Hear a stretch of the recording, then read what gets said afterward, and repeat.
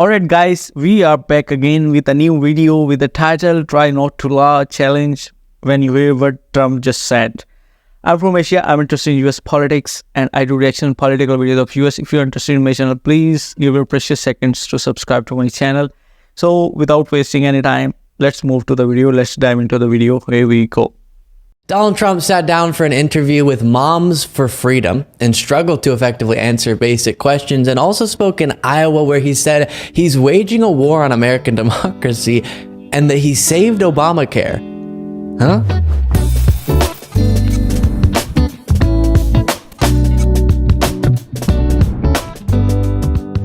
I have some of the most bizarre clips of Trump that we've watched in quite a while. YouTube viewers, you heard me say this in the intro, but let me just state it again for our podcast listeners. We'll start with his Moms for Freedom interview that was very strange, then get to him saying, quote, "We've been waging an all-out war on American democracy," end quote, which is true, but probably not what he meant to say.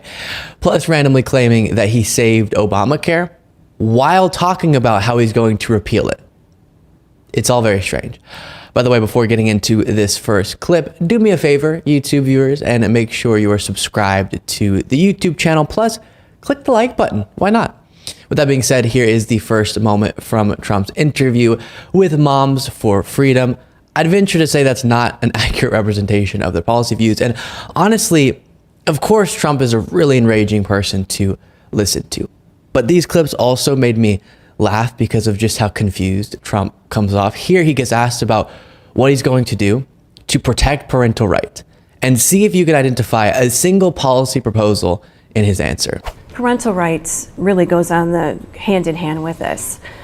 Moms are so concerned about their parental rights, right? If they go to a school board meeting, they're a domestic terrorist. If they don't agree with something, then all of a sudden their children may be taken away. How will you protect parental rights? So that's a third category. You talk about parental rights. Yeah. Who wouldn't think that, like, you have parental rights, we are with you for parental rights? Right. Again, 10 years ago, 15 years ago, you wouldn't have to talk about that. Of course you have parental rights. Today they take away your parental rights. They are. And I think the Republicans are going to do very well in this coming election. If we don't win the election, the presidential election of 2024, I think it's going to be the most important election in the history of our country. I think our country is going to be essentially finished. That's what we're hearing all across the country. The moms are, I hate to say Well, this they have word, to but vote for terrified. Trump. They have to vote for Trump. That doesn't get to be a politician's answer to a question. She says, "What are you going to do on parental rights?" And he says, "Who even thought we'd be talking about parental rights? It's crazy. If Republicans don't win 2024, the country's going to be finished." Sir, what are you going to do on health care? Who even thought 10 years ago, 15 years ago, we'd be talking about such a thing, health care? If you don't vote for Republicans in 2024, the country's going to be finished. That's the equivalent of his answer. And of course, by the country's going to be finished, I guess he's saying that Biden's going to have a chance to build more roads and bridges, lower prescription drug costs more, create more jobs, horrible things like that. Oh my goodness. Now, by the way, to just quickly respond to this moment. If they go to a school board meeting, they're a domestic terrorist. If they don't agree with something, then all of a sudden their children may be taken away. How will you protect? Imagine living in that alternate universe. To be clear, if you go to a school board meeting and you're a parent, you're not identified as a domestic terrorist. They've distorted the facts so much of what was actually a concern among the DOJ, the people who were threatening school board members, like sending death threats, may pose a potential threat to those school board members' lives, because they did. Because they said that they did when they threatened their lives with a death threat. Not just any old parent expressing their concerns at a meeting. It's completely and totally ridiculous, and it's been debunked a gazillion times, but they keep perpetuating it for years now. And then she says, if you disagree with something, you'll have your kids taken away. I guess disagree with something that the left says, then your kids get taken away. What? Where do these things come from? The only thing I could find that maybe she's referring to is the debunked idea that Washington will take your kid away if the family doesn't give them sex reassignment surgery. Just a lie. So crazy. And then moving on to this next clip. And this one killed me. Trump has, as I'm sure you're aware, a long history of struggling to answer questions about his faith or lack thereof. And here's the interviewer trying to set him up to talk about how God gives him the strength to push through all the horrible pain brought on by the radical left. And so she goes, you know, we're talking about our faith, and how do you do it? And he goes, my polls are so high. How do you do this? Where do you draw your strength from? We're talking about faith. How do you do this every day? How do you get up and fight for every single one of us? It's probably the biggest question I get. The second biggest would be, they're not going to be allowed to do it again. Okay, you know what that means. Okay, that's number two. But number one is, how do you do it? One of the reasons is that I have the highest poll numbers people have virtually ever seen. You're beating these people by 60 points, and we're beating Biden by a lot. And that gives us hope, because if we take over the country from the standpoint of winning the election of 2024, it's all going to be okay. We're going to make it, not only make America great again, we're going to make it better than ever before. You know, Donald, we're talking about our faith and God. How do you do what you do? Well, Moms for Freedom person, God makes it all possible, frankly. He gives me the strength to fight against the fascists, the socialists, the Marxists, the communists, and I list those together for some reason that I don't understand. That's what she was looking for, right? I'm able to survive through all this horrible torture brought on by the left because of God. But then that's not at all where he goes. He starts talking about his poll numbers, which has happened multiple times. Tell us about how you get through all this. My poll numbers are very high. Also, what a softball interview. Sir, you're so strong. Incredible. Powerful. And the ultimate victim. How do you do what you do? I'm sure Biden watches these interviews and thinks to himself, why can't I have interviews like that? He actually has to answer real questions. Then moving on to Trump's speech in Cedar Rapids, Iowa, that gets much more bonkers. Here's him saying that he's waging a war on American democracy, what had to be a Freudian slip.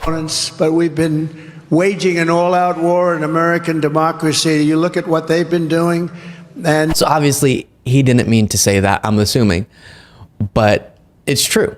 Whether it be his attempts to overthrow our democratic process to install himself as president, or his lies about the election, or his plans for a second term, indeed, he's waging an all-out war on American democracy. Then you have this super bizarre moment.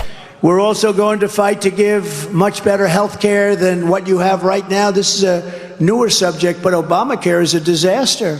And I said, we're going to do something about it. I saved Obamacare when we got John McCain's negative vote. You know, he voted against it after campaigning for many, many years.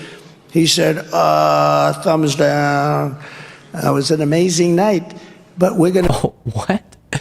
Two sentences next to each other. He says, Obamacare is a disaster, and we're going to do something about it. And then a couple sentences later, and I saved Obamacare. And he's all of a sudden, as we've been talking about, making this an issue, promising once again to repeal Obamacare and replace it with his own plan, which is very hilarious considering this moment from 2020. You've been in office 3.5 years. You don't have a plan. Well, we haven't had... excuse me. You heard me yesterday. We're signing a health care plan within 2 weeks. A full and complete health care plan. 2 weeks.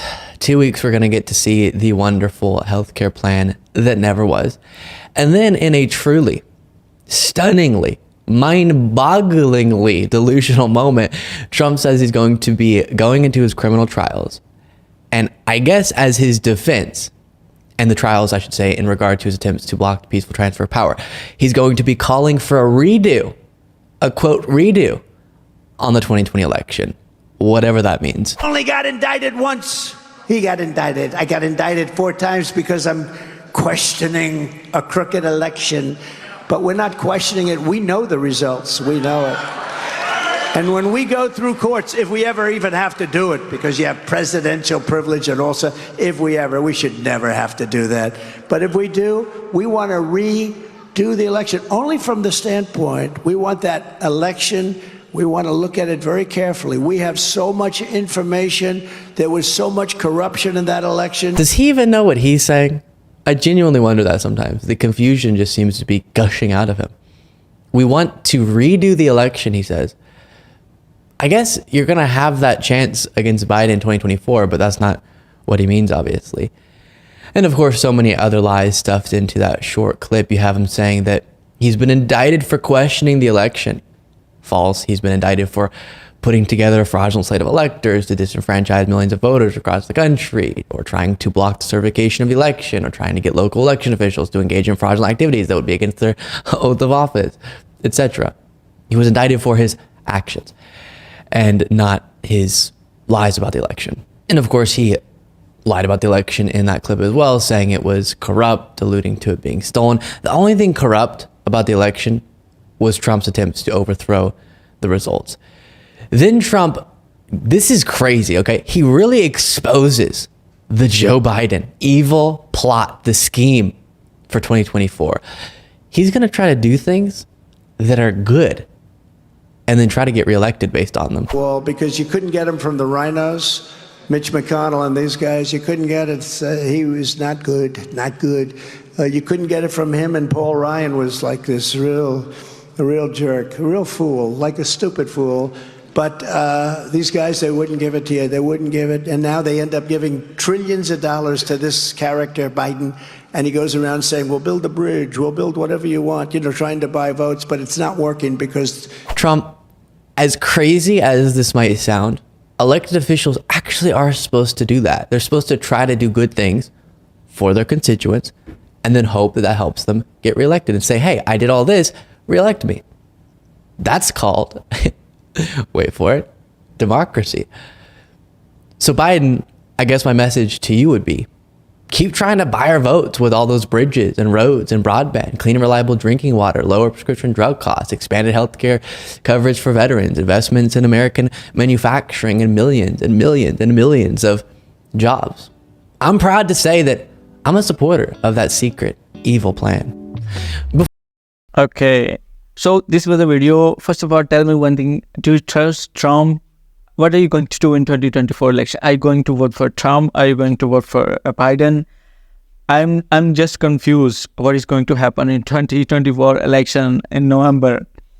If Trump gets defeated, then he will say, oh my God, it's a rigging again, like 2020 elections. The politics becoming interesting day by day, and I am going to react on different videos of US politics. I'm interested in US politics. I'm from Asia, and please excuse my accent because I'm not a native speaker. Give it precious seconds to subscribe to my channel, and so that we can meet again. That's it. Till then, bye-bye.